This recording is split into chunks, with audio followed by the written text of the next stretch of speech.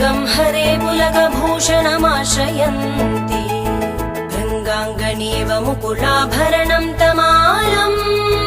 अङ्गीकृताखिल विभूतिरपाङ्गलीला माङ्गल्यदास्तु मम मङ्गलदेवतायाः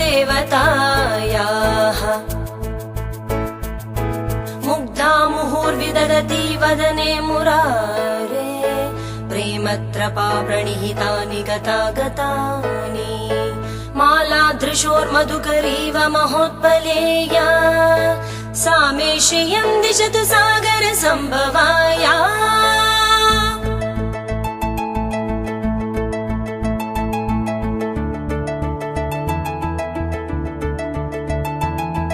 विश्वामरेन्द्रपदविभ्रमदानदक्षम् आनन्दहेतुरधिकं मधुविद्विषोऽपि ईशन्निशीददतु मयि क्षणमीक्षणार्धम् इन्दीवरोदर सहोदरमिन्दिराया आमीलिताक्षमधिगम्य मुदा मुकुन्दम् आनन्दकन्दमनिमेषमनङ्गतन्त्रम् आकेकरस्थितकणीनिकपक्ष्मनेत्रम् भूत्यै भवेन्मम भुजाङ्गशयाङ्गनाया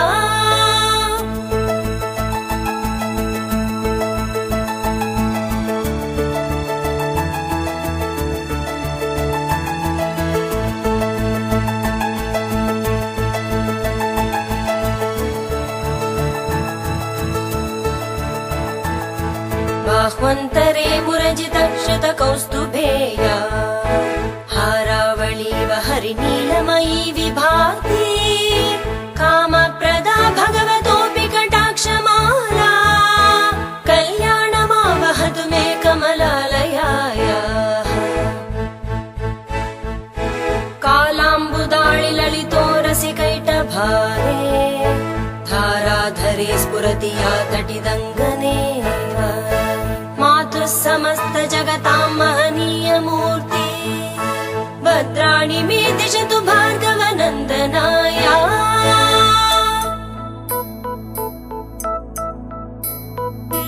कनकधारा कनकधारा कनकधारा कनकधारा कनकधारा कनकधारा प्राप्तं पदं प्रथमतः खलु यत्प्रभावान् माङ्गल्यभाजि मधुमातिनि मन्मथेन मय्यापते तदिह मन्तरमीक्षणार्थम् मन्दालसं च मकराकरकन्यकायाः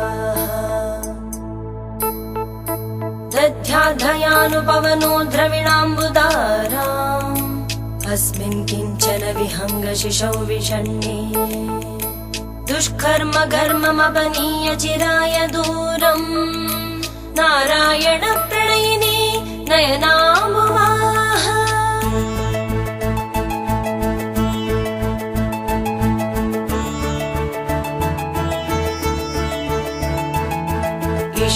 इष्टाविशिष्टमतयोऽपि नराय यात्रा दृष्टास्त्रिविष्टपपदं सुलभं भजन्ते दृष्टिप्रहृष्टकमलोदरदीप्तिरिष्टाम् पुष्टिं कृशिष्ट मम पुष्करविष्टरायाः कीर्देवतेति गरुडध्वज सुन्दरीति शाकम्भरीति शशिशेखरवल्लभेति सृष्टिस्थितिप्रलयकेलिषु संस्थितायै तस्यै नमस्त्रिभुवनैकगुरोस्तरुण्यै श्रुत्यै नमोऽस्तु शुभकर्मफलप्रसूत्यै रत्यै नमोऽस्तु रमणीयगुणार्णवायै शक्त्यै नमोऽस्तु शतपत्रनिकेतनायै पुष्ट्यै नमोऽस्तु पुरुषोत्तमवल्लभायै नमोऽस्तु नालीखनिपाननायै नमोऽस्तु दुग्धोदधिजन्मभूम्यै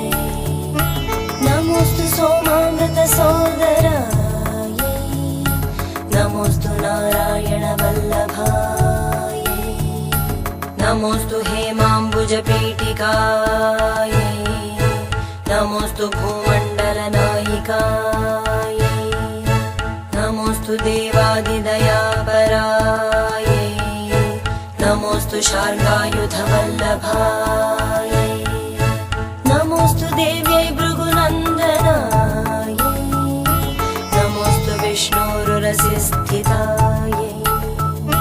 नमोऽस्तु लक्ष्म्यै कमलालयायै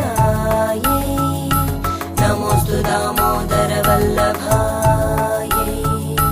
नमोऽस्तु कान्त्यै कमलेक्षणायै नमोऽस्तु भूत्यै भुवनप्रसूत्यै नमोऽस्तु देवादिभिरर्चितायै नमोऽस्तु नन्दात्मजवल्लभायै स्तुवन्ति ये स्तुतिभिरमूर्तिभिरन्वहम् त्रयीमयीं त्रिभुवनमातरं रमाम् गुणाधिका गुरुतर भाग्यभाजिनो भवन्ति ते भुवि बुधभाविताशयाः